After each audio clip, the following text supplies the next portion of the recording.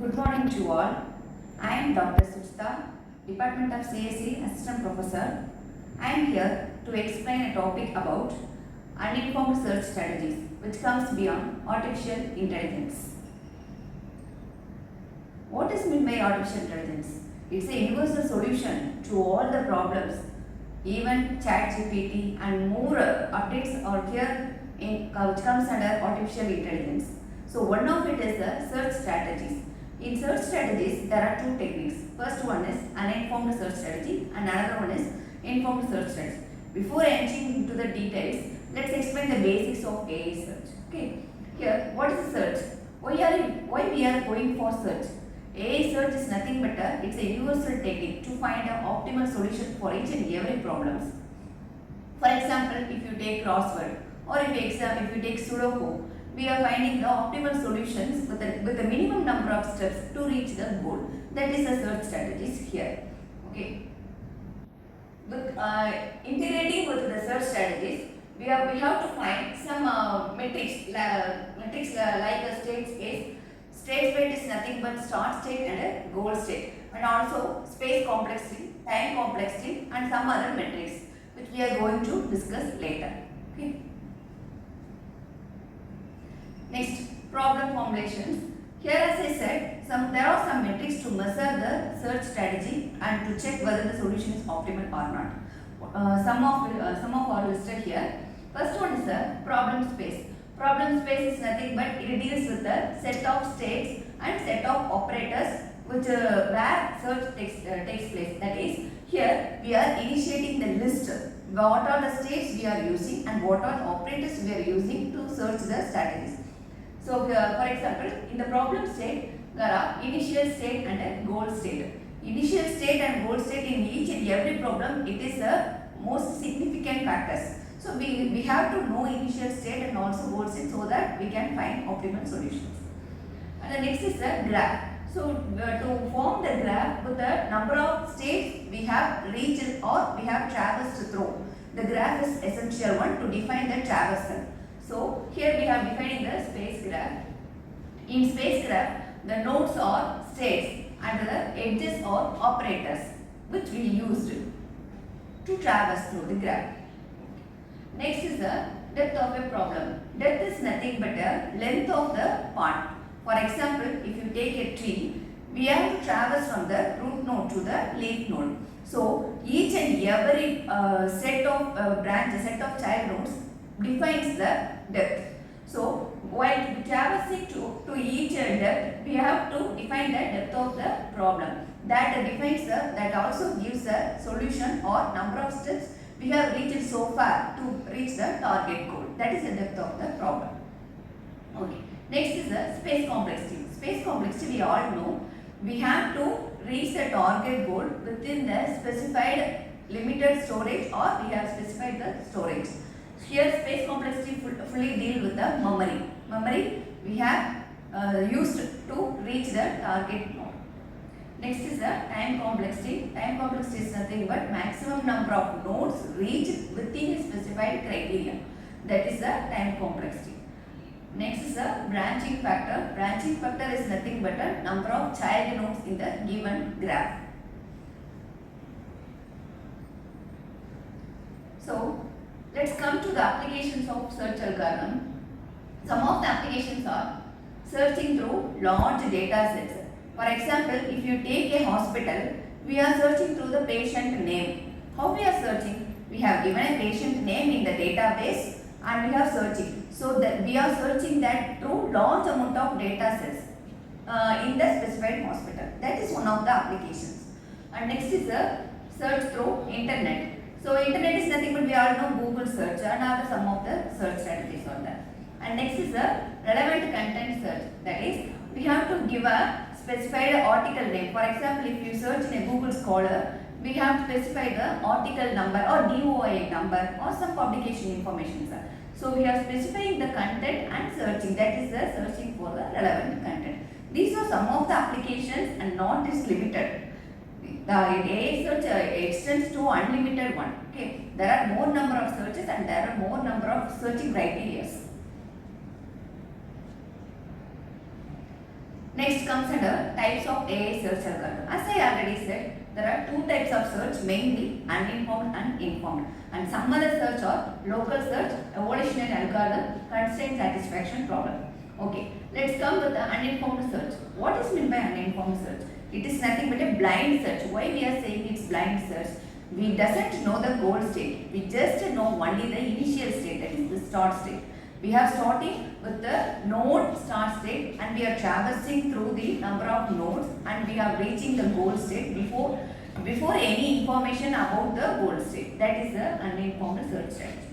Some of the examples are breadth first search and depth first search, which we are going to see and discuss about it later. Next is the informed search. So this approach uses a heuristics, that is, it uses some of the metrics and some of the information about the both initial state and goal nodes. What goal we have to reach and what are the states we have to reach, that's all predefined in this informed search strategies. So for example, A star search and a greedy best first search. A star search and a greedy best first, we have know the metrics. In what strategy we are going to the tree. So in what path we are traversing through the tree. That all predefined in this informed search strategy. That is the only difference between uninformed and informed. Next is the local search. Local search is nothing but it just defines only the current state, not the entire state. It just defines only the current state. That is, single step we are moving towards the moving forward to the next state. That is the local search. For example, hill climbing and simulated annealings. Let's discuss later about this algorithms. Next is the evolutionary algorithm. Evolutionary algorithms is nothing but a genetic algorithms. These are fully based on the biological evolutions. Next is the constraint satisfaction problem. Constraint satisfaction is nothing but we have to define set of constraints, number of states or number of goals, number of time. Some of the metrics we have to define and we have to reach the goal within the defined criteria. That is the constraint satisfaction problem. Okay. Next is the uninformed search strategy. Here we are going to discuss detailed about uninformed search strategies and also its subtypes. There are more number of search algorithms which comes under uninformed. Now we are going to discuss about only the 4 strategies. What are they? First one is a breadth first search. Breadth first is nothing but we have widening the node only after completing the child node, traversing the child node completely, and then we have widen about the next child nodes. The similar way is the breadth first search. And next is the depth first is nothing but we are entering into the each and every child node with the in depth of the trees. And next is the iterative deepening. This is also similar to the depth first but with the limiter, with the limit of the depth. We are specifying the limit of the depth to reach the goal node. And next is the uniform cost search. Uniform cost search is nothing. Yes. Okay. Let's come to the example how we are entering the nodes into the queue in the first order basis. While traversing, first we have to traverse through the root node we know. First is the A node and so we have entered the A in the queue. And next we have to traverse to its successor nodes which are B and C. So we have to enter the B and C in the queue. B is visited first, so it is entered in the rear part. And C. Okay. Next, if you are searching for the target node, still it is not found. So we have to move upon its next successor nodes which are D and E. So we are adding upon the D and E instead of B in the queue. So and C is as it is there. Next we are traversing to the C node. So its successor nodes are entered in the queue which are F and G. So instead of C we have entered the F and G. Okay. Similarly, we are traversing to each and every depth until we found the target node and all the visited nodes are entered in the queue. Okay. Okay. If you once we find the target node, we can delete it from the queue in the front mode. So what is the concept here? We have to enter it into the rear mode and we have to dequeue it into the front mode. Okay. That's the same concept used here. So this is the basic concept works beyond for the breadth first search.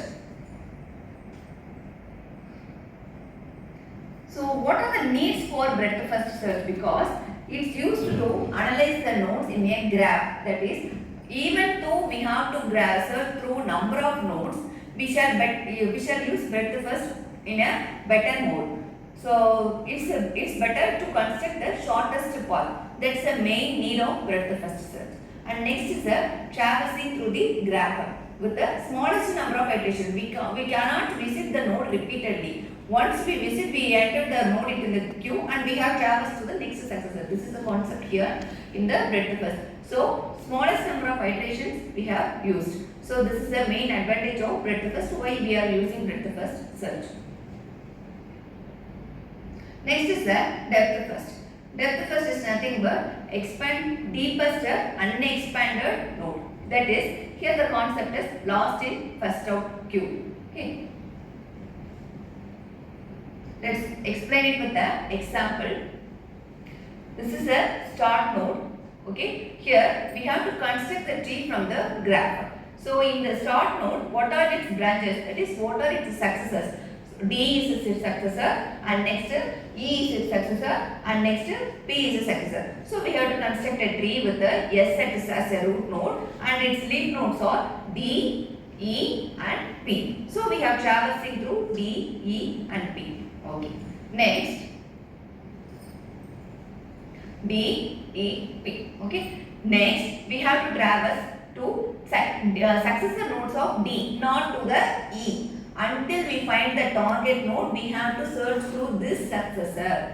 And then, if we not yet found the target node, we have to move upon the next successor node E. This is a depth first search. We are traversing through the tree's depth. That's why it's called as depth first search. Okay. So, while traversing to D, what are its successor? B, C, E. So, here we have to search through the target nodes.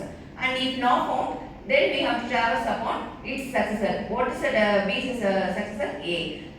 What is the B's successor? A. That is represented in the graph. What is the C's successor? A. So that is represented in the tree. So next is the E's successor, H and R, and so on.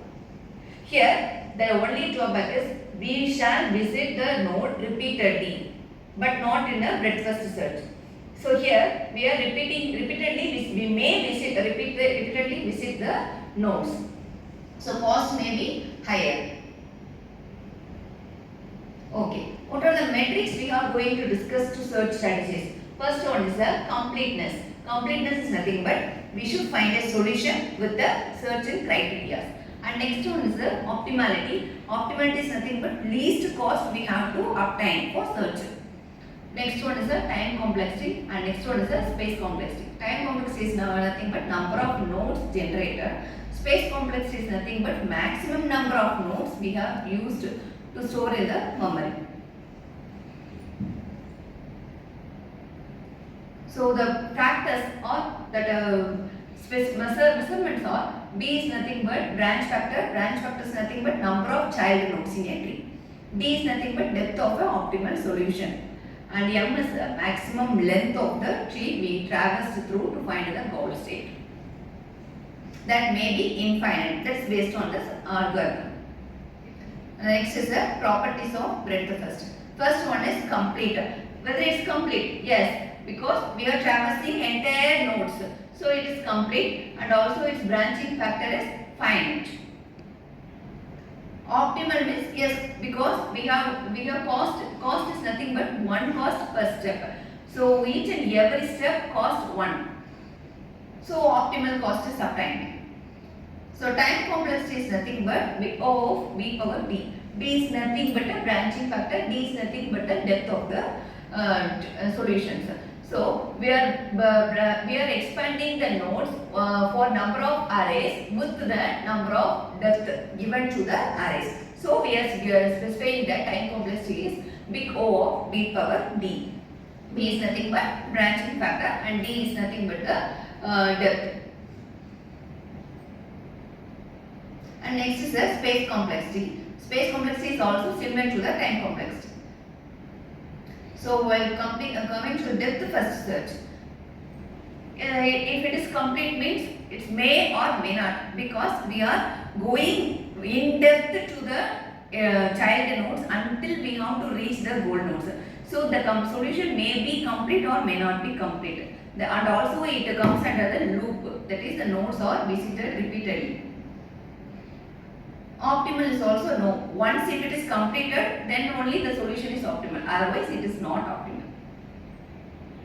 Time complexity is big O B power m. What is meant by m? Before in the previous slide, we are specifying the big O B power d. D is nothing but depth. But here we are specifying it is m. M is nothing but the larger factor than the d. That is depth is maximum. So we are specifying it as the m instead of the d. So total time complexity is big O B power m. Space complexity is also similar to the depth first search. M is nothing but maximum depth, which is larger than the d. Okay. Next, space is nothing but big O B m, which is linear space. That is linear space. Linearly we are traversing, so the storage is also in a linear mode. Next is the iterative deepening search. So first we have to check the route. Next we have to use the depth first search for the path of length 1. And if there is no path or if there is no goal node, we have to traverse through the length 2 using same DFS algorithm. If there is no path, you have to go through the length 3 for using the DFS. So and so on, the procedure continues until the goal node is reached. So this is an example for